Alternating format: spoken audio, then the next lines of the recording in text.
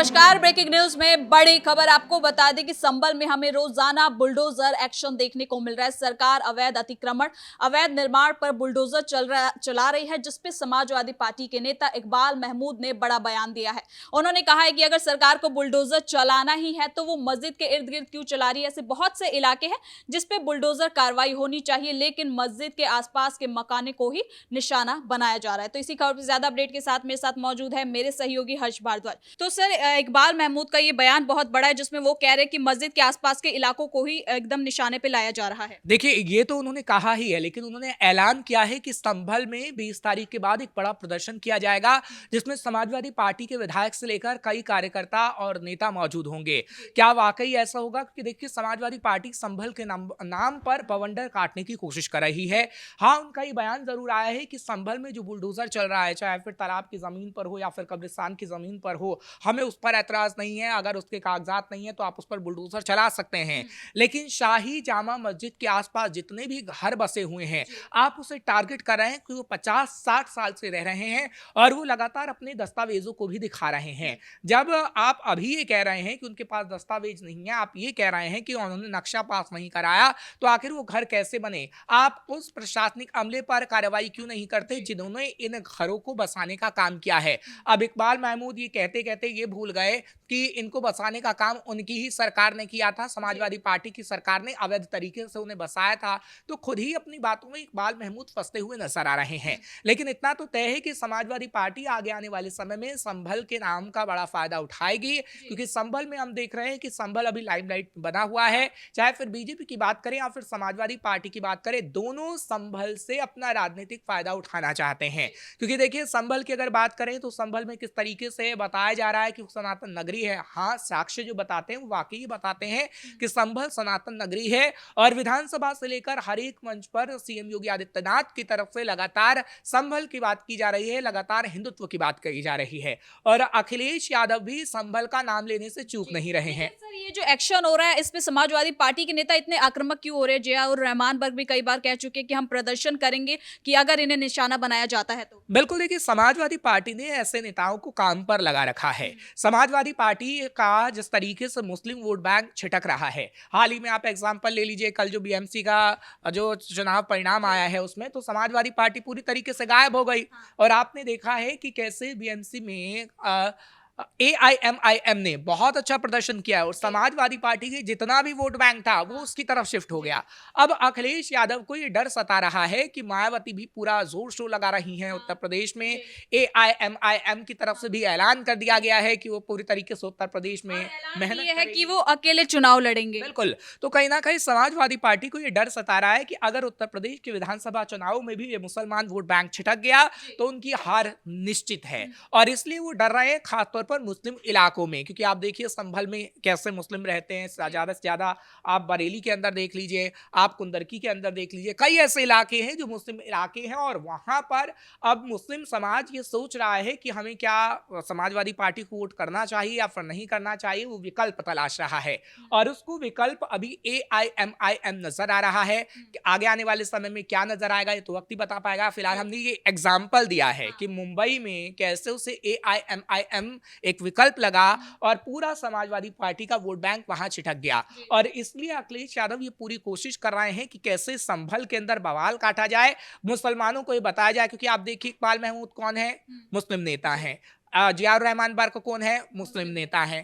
अखिलेश यादव ने जितने भी मुस्लिम नेता हैं उनको काम पर लगा दिया है। आप इकरा हसन को देखिए, इकरा हसन डेली चाहे फिर संभल की बात करेंगी, बरेली की बात करेंगी, कैराना की, वो अपने संसदीय क्षेत्र की बात नहीं करती हैं, लेकिन उन्हें संभल और बरेली का जिक्र करना जरूरी होता है। क्यों होता है? क्योंकि कहीं ना कहीं समाजवादी पार्टी को, अखिलेश यादव को यह डर सता रहा है कि अगर इन मुस्लिम नेताओं को मैंने नहीं उतारा जमीन पर, और मुस्लिम नेताओं ने खास तौर पर मुसलमानों के सेंटिमेंट को टच नहीं किया, तो मुसलमान वोट बैंक अखिलेश यादव को नहीं मिलेगा। आपने सेंटिमेंट की बात करी, तो क्या वाकई ये लोग उस जमीनी स्तर पर काम कर रहे हैं? मुस्लिम लोग इनसे जुड़ पा रहे हैं? बिल्कुल, देखिए, मुसलमानों के लिए कोई काम नहीं कर रहा है। अगर मैं बात करूं समाजवादी पार्टी की, तो खासतौर पर उसने कभी काम नहीं किया। हाँ, बीजेपी अभी सबका साथ सबका विकास का नारा देकर आई 2017 के बाद उत्तर प्रदेश में, और उसने हर तबके का विकास किया। ऐसा नहीं है कि वो मुसलमान है तो उसके घर सड़क नाली नहीं बनी है, विकास किया है। लेकिन समाजवादी पार्टी ने सिर्फ बेवकूफ बनाने का काम मुसलमान मुसलमानों को किया है। और चाहे फिर मौलाना रशीदी हों, रिजवी हों, तमाम जितने मौलाना हैं, हमारी लगातार उनसे बातचीत भी हुई है, हो रही है। जब हम अपने प्रोग्राम बात पते की में बातचीत करते हैं तो उनकी तरफ से ये कहा गया कि कैसे अखिलेश यादव सिर्फ और सिर्फ मुसलमानों को अब तक बेवकूफ बनाते आए हैं और मुसलमान अभी एक विकल्प ढूंढ रहा है और उसको जल्द ही या तो विकल्प मिलेगा और उसे विकल्प नहीं बनेगा तो मजबूरी में कहीं ना कहीं समाजवादी पार्टी को वोट देगा, क्योंकि उसके पास कोई ऑप्शन नहीं है। बीजेपी को मुसलमान वोट करता नहीं है। हाँ, उसके लिए एक विकल्प जरूर हो सकता है AIMIM, क्योंकि AIMIM का प्रदर्शन बिहार में भी अच्छा रहा है, अभी BMC इलेक्शन में भी अच्छा रहा है और यही घबराहट समाजवादी पार्टी को है। इसलिए समाजवादी पार्टी बार बार संभल का जिक्र करती है, बार बार संभल के मुसलमानों को कहती है कि आपकी मस्जिदें शहीद हो रही हैं, बार बार संभल के मुसलमानों को यह कहा जाता है कि देखिए आपके मकानों को तोड़ा जाएगा, आपको प्रताड़ित करने का काम किया जाएगा। जबकि संभल के अंदर हमने देखा है कि प्रशासनिक कार्रवाई जो की गई है पूरी तरीके से वैध कार्रवाई की गई है। लेकिन सर, जब भी ये कोई मुस्लिम नेता सवाल उठाते हैं, समाजवादी पार्टी के नेता जब सवाल उठाते हैं तो ये क्यों भूल जाते हैं कि वो जिस पे आरोप लगा रहे हैं, जिस पे सवाल उठा रहे हैं, वो अवैध है ना कि वैध है। बिल्कुल, कहीं न कहीं मैं कह तो रहा हूँ कि इकबाल महमूद खुद ही अपने बयानों में फँस गए हैं। उनकी तरफ से कहा गया कि दस्तावेज हैं, अगर पहले ही मकान का नक्शा नहीं पास कराया जाता तो आप प्रशासनिक अधिकारी पर कार्रवाई करिए। आपकी जब सरकार थी तब वो वहां बसे थे और आपके प्रशासन ने उन्हें बसाने का काम किया था। तो सवाल तो ये है कि आपके प्रशासनिक अमले को कार्रवाई करनी चाहिए। अभी तो योगी का प्रशासन है, तो योगी का प्रशासन तो कार्रवाई कर रहा है। जो अवैध तरीके से बसा है, जो बिना नक्शा पास कराए मकानों में रह रहा है, उस पर तो बुलडोजर एक्शन हो रहा है और योगी आदित्यनाथ की तरफ से तो कार्रवाई की जा रही है। तो आप ऐसे बयान देकर खुद ही फंस रहे हैं। आपको ये पता नहीं है कि आपको बोलना क्या है। समाजवादी पार्टी को सिर्फ और सिर्फ इतना पता है कि हमें किसी भी तरीके से मुसलमान वोट बैंक को हासिल करना है, संभल को अभी लाइमलाइट में रखना है, 24 नवंबर 2024 की घटना को बार बार याद दिलाना है, बर्क को भी ये बताना है और इकबाल महमूद को भी ये बताना है, अखिलेश यादव को भी ये बताना है कि देखिए संभल में किस तरीके से मुसलमानों के घर पर बुलडोजर चल रहा है, संभल में किस तरीके से मुसलमानों को जेल में डाला गया। मुसलमानों को जेल में नहीं डाला गया साहब, आपको ये समझना होगा। वो कट्टरपंथी थे और उन्होंने पत्थरबाजी मस्जिदों से की थी, उन्होंने पत्थरबाजी अपने घरों से की थी जब वो जेल में गए हैं। वो अपराधी हैं।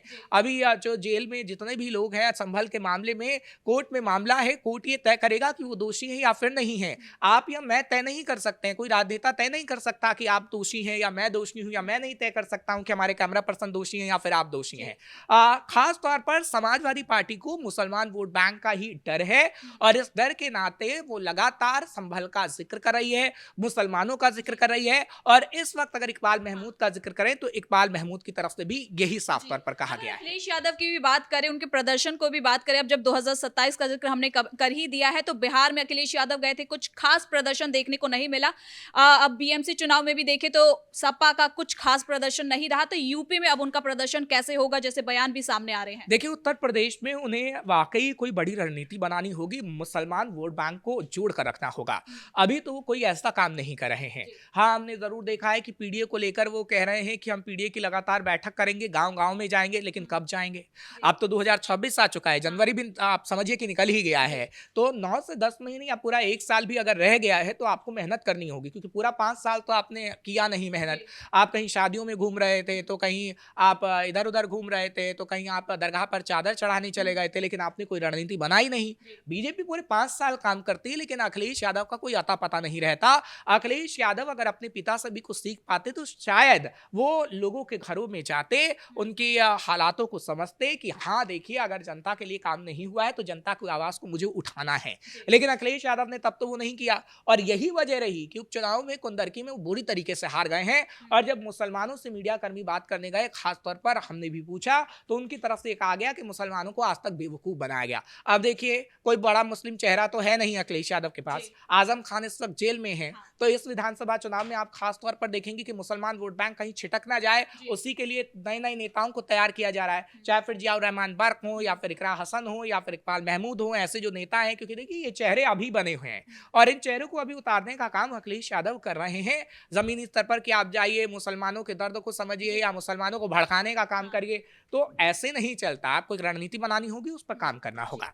बहुत बहुत धन्यवाद सर इन तमाम जानकारी के लिए। तो कुल मिलाकर सपा नेता इकबाल महमूद का ये बयान सामने आया जिसमें वो कह रहे हैं कि बुलडोजर कार्रवाई होना तो ठीक है, लेकिन वो मस्जिद के इर्द गिर्द ही क्यों हो रही है। ऐसे बहुत से इलाके हैं जहां पर अवैध अतिक्रमण है, उस पर भी सरकार को एक्शन लेना चाहिए। ब्रेकिंग न्यूज में इतना ही। कैमरा पर्सन राजकुमार के साथ मैं सृष्टि शाह।